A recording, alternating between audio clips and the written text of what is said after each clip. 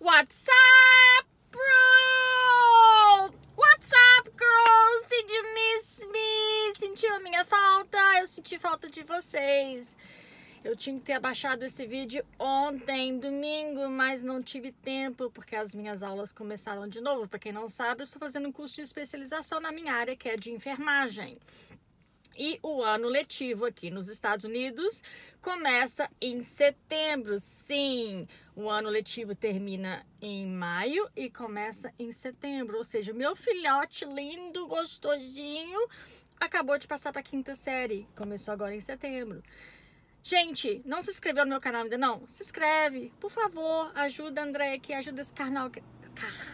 Ajuda esse canal a crescer. Preciso de vocês, tá bom? Dê o seu joinha, compartilhe esse vídeo de carta para que outras pessoas me mandem mais cartas. Eu tenho 3 cartas que eu preciso de ler e gravar. Só que tá me faltando tempo mesmo. E quem tá me perguntando sobre o sorteio do YouTube aqui em agosto sai dia 16. E o sorteio do Instagram, se você não me segue no Instagram, também tá perdendo sorteio de desapego, que eu vou colocar aqui embaixo o meu endereço do Instagram.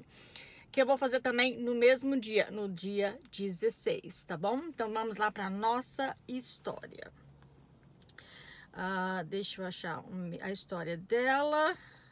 É porque eu tenho que usar no meu celular do serviço. Andréia? E manda sua história. Tá. Isso aqui, gente, é uma gambiarra. Não estou no meu carro. Estou no carro do Stefan, porque meu carro está no concerto.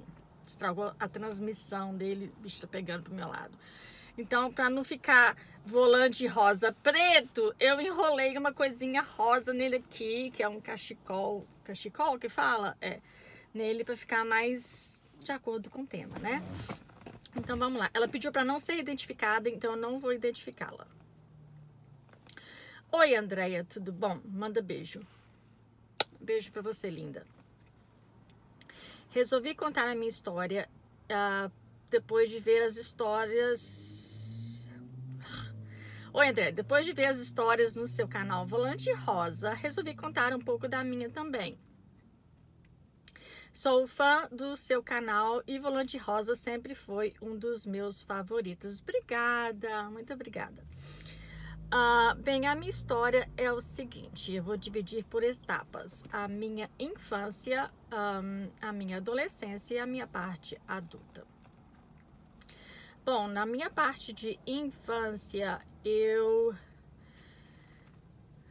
sou a mais velha e tenho uma irmã que são 3 anos mais nova do que eu. Hoje eu estou com 35 anos. Mas a minha história é o seguinte. O meu pai era alcoólatra e a minha mãe trabalhava fora como empregada doméstica. Cresci em um lar onde tudo era muito difícil financeiramente. Nunca tive uma boneca na minha vida. E, na verdade, a minha boneca era a minha irmã, porque quando ela nasceu, eu tinha 3 anos de idade. E minha mãe, para que ela pudesse trabalhar, me deixava sozinha em casa com a minha irmã, que era neném na época. E foi assim que fui crescendo.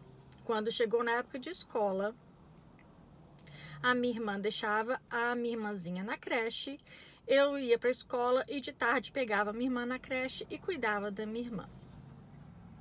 Meu pai era um homem muito, muito, muito ruim. Sempre que bebia muito, chegava em casa e por qualquer coisa, que fosse uma comida que minha mãe fez que ele não gostasse, ou uma luz do quarto que deixou acesa, ou um pó que ele viu de um móvel apoeirado na casa, ele batia não somente na minha mãe, como também em mim e na minha irmã, que por sorte ou algum outro motivo ele não encostava a mão, talvez porque ela era muito pequena ainda. A minha casa era muito pobre, sou do interior da Bahia, era somente uma casa com 3 cômodos, uma cozinha, uma sala bem pequena, aonde ficava a minha cama e a cama da minha irmã, que na verdade não era uma cama, era como um berço, E o quarto dos meus pais, não existiam portas, era somente uma cortina. Ah, tá, entendi. Ela morava nesses barracões, né, gente? Que não existe porta dentro de divisão, somente a cortina. Toda vez que meu pai chegava em casa e que chegava tonto, a minha mãe me pegava pela mão e íamos para o nosso quarto para ficarmos quietinhas, para que não pudéssemos irritar o meu pai. Mas não tinha jeito. Era sempre alguma coisa, motivo de briga. Meu pai batia tanto na minha mãe que eu lembro que eu pulava no pescoço dele para tentar fazer com que ele parasse de batê-la, mas não adiantava. Ninguém fazia nada. Os vizinhos não faziam nada. Morávamos numa área tão pobre. Era como se fosse uma comunidade mesmo. Então era muito comum naquela área ter esse tipo de violência. Infelizmente, né, gente? Só que, pra mim, aquela vida era um inferno. Eu queria ser uma criança como qualquer outra. Lembro que uma vez eu estava com 12 anos de idade e meu pai chegou em casa e a minha irmãzinha estava dormindo. Eu tinha 12 e ela tinha 9 anos e ela estava dormindo. Eu sempre me refiro à minha irmã como irmãzinha, porque para mim ela é o meu neném. A minha irmã estava dormindo e eu resolvi brincar com umas crianças da rua. E meu pai chegou e me pegou brincando com as crianças. Lembro desse dia como se fosse hoje. Ele me puxou pelos cabelos, no meio de todos os meus amigos, me levou para casa e me deu uma surra de mangueira. Sim, Andréia, uma surra de mangueira. E dizia que eu deveria ter estado em casa, mesmo que com a minha irmã dormindo, arrumando o jantar até a hora que minha mãe chegasse. Depois desse dia, nunca mais eu brinquei na rua. Eu não tive infância. Eram só brigas, eram só surras e só obrigações. A minha mãe, coitada, acho que nunca teve estudo, porque eu perdi muito cedo. Agora vem a parte 2, a minha adolescência. Os tempos foram passando, eu e a minha irmã crescendo, a minha mãe continuando trabalhando como empregada. Com o dinheiro que ela fazia, ela conseguiu colocar portas dentro da casa, pintar e arrumar a nossa casa um pouquinho. Mas meu pai, como sempre chegava bêbado, obrigava minha mãe a entregar o dinheiro para ela. Então nem sempre ela conseguia fazer alguma coisa dentro de casa. Até que um dia eu estava com 14 anos. Eu fui para a escola de manhã e quando eu voltei, vi um carro de polícia na minha rua. A rua estava cheia de carros, de gente, e eu não sabia o que estava acontecendo. Eu estava com a minha irmã, nós estudávamos na mesma escola. Era um dia de semana, numa sexta-feira, e eu não entendia porque nem pensava pela minha cabeça que seria alguma coisa na minha casa, porque naquela hora a minha mãe deveria estar trabalhando e o meu pai também, que trabalhava como pedreiro. Mas mesmo que se ele não estivesse trabalhando como tantas outras vezes, ele estaria no bar da rua bebendo. À medida que fui chegando perto da minha casa, vi realmente que a polícia estava na porta da minha casa. E vi o meu pai no carro da polícia. Andréia, foi o dia mais triste da minha vida. O meu pai deu 16 facadas na minha mãe e a matou. Nossa. Ela tinha somente 41 anos de idade.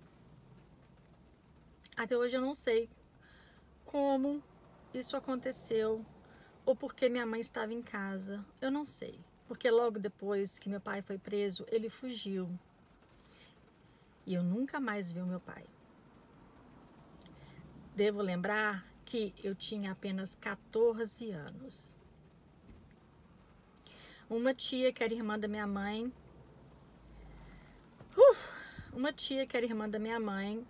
que se tratou de todos os papéis do enterro. Mas a minha família sempre foi muito pobre. Lembro que a minha mãe foi enterrada como indigente em um cemitério público aqui da cidade. fomos morar na casa dessa minha tia, que já tinha 3 filhos. E a minha vida não melhorou. Eu tinha que estudar, limpar a casa, cozinhar, lavar a roupa dos meus primos, lavar a roupa de todo mundo, como se eu fosse mesmo a empregada da casa. E a minha irmã, que era mais nova do que eu, também teria que fazer as mesmas coisas. Mas eu não reclamava. Sentia muita saudade da minha mãe, chorava todos os dias. E como disse, nunca mais ouvi falar do meu pai. Decidi que eu não queria aquela vida para mim. E com 15 anos, eu arrumei um emprego numa padaria. Chegava da escola, ia para a padaria, trabalhava, a minha irmã ficava em casa cuidando das coisas da casa da minha tia. O meu tio, marido da minha tia, era um homem muito estranho, que vivia dando umas olhadas pra gente meio de um jeito torto. Até que a minha tia percebeu e obrigou eu e a minha irmã a cortarmos o nosso cabelo como meninos. Sim, como meninos. Não podíamos usar saias, shorts. Teríamos que nos vestir realmente como meninos. Assim fui crescendo na minha adolescência, com cabelo curto. E para ser sincera, Andréia, nunca pensei realmente em namorar. Eu tinha trauma, eu tinha pavor de homens. Sim, tive namoricos na escola, um beijinho aqui, um beijinho ali. Mas nunca pensei realmente em gastar o meu tempo namorando sério. Porque teria medo que tudo que minha mãe passou acontecesse comigo. Me formei. Não pude fazer cursinho, estudava sozinha e nesse meio tempo já estava não somente como caixa da padaria, já estava me tornando uma assistente do gerente. Resolvi fazer comércio exterior numa faculdade pública e muita gente dizendo que isso não era para mim, que eu não teria tempo, que eu não era inteligente o bastante. Mas fui estudando até que consegui passar na faculdade. Entrei na faculdade, a minha irmã, que até então já estava com 15 anos, 15 para 17 anos, começou a trabalhar na padaria comigo como caixa. E fomos vivendo a nossa vida. Me formei, fiz um curso de inglês, e recebi uma proposta de uma multinacional para trabalhar na Alemanha. E assim foi, me mudei para a Alemanha no ano de 2000. Só que foi uma decisão muito difícil, porque a minha irmãzinha, o meu bebê, a minha filha, teve que ficar para trás. Mas eu jurei para ela mesma que um dia que eu iria, o contrato seria apenas por 1 ano, mas que eu voltaria. E enquanto eu estivesse fora, tudo que ela precisasse seria comigo ajudando. E assim foi. Sempre que eu mandava, recebia um dinheiro, a minha tia disse que eu teria que mandar 30% do meu salário para ela, pelo fato dela estar alimentando a minha irmã. Gente, a sobrinha dela, hein? Ai. Faltando 3 meses para o fim do meu contrato, em uma festa da companhia de confraternização, eu conheci um rapaz. Ele era alemão, 3 anos mais velho do que eu e engenheiro, muito bem educado, mas como te disse, sempre tive muito trauma. Porém, com ele, parecia ser diferente. Ele era uma pessoa diferente, ele entendia que... Peraí, perdi. Ah, tá. Ele não entendia por que dela ser tão reservada. Mas depois de bastante tentativas, saímos juntos e começamos a namorar. Ele sabia que eu teria somente 2 meses na empresa e que depois teria que voltar para o Brasil. Foram 2 meses muito, muito bons e eu me apaixonei. Porém, tive que voltar para o Brasil. Voltei para a casa da minha tia. Mas continuando trabalhando na minha empresa, porém na sede brasileira. Nesse meio tempo, a minha irmã se formou, a minha irmã começou a fazer esse cursinho para a faculdade, tudo parecia ido muito bem, até que ouvi dizer que o meu pai tinha sido assassinado. Nossa, gente, que tristeza. Alguém ligou para a casa da tia da minha mãe, da polícia, perguntando se poderia reconhecer o corpo. Não entendi muito bem essa parte, não. Mas tudo bem. O pai dela morreu. Ela nunca tinha mais visto o pai dela depois de 12 anos, né? Ficou sem a mãe. Nesse meio tempo, eu conversava com o meu namorado. E 3 meses depois, ele veio no Brasil me visitar.